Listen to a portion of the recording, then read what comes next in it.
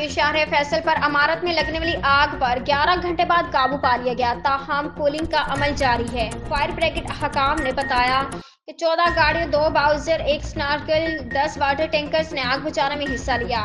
इमारत को तीसरे फ्लोर पर पार्किंग और 10वें फ्लोर पर मुख्तलिफ दफातर बने हुए हैं।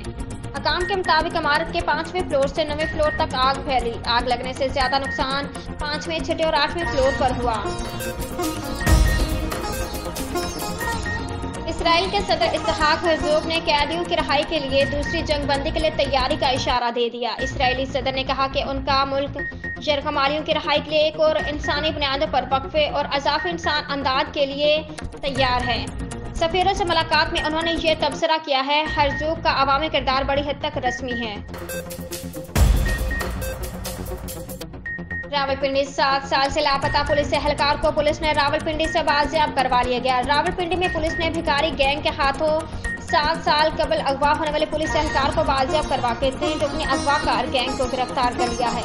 पुलिस का बताना है कि पुलिस एहलकार मुस्तकिम खालिद ने बताया कि उसका जहनी तवाजुन खराब हो गया था।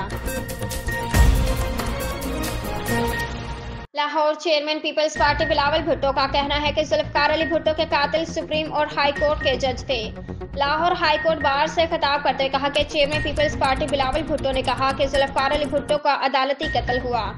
कातिल सुप्रीम कोर्ट और हाई कोर्ट के जज थे। आज तक लाहौर हाई कोर्ट को क्राइम सीन के तौर पर देखा जाता है।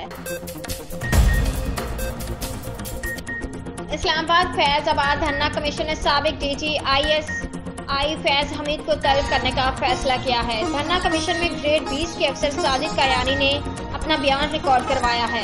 वो धरने के वक्त SSP ऑपरेशंस इस्लामाबाद थे। धरना commissioner lieutenant general Faiz Hamid को आइंदा चंद रोज में तलब करने का फैसला किया है।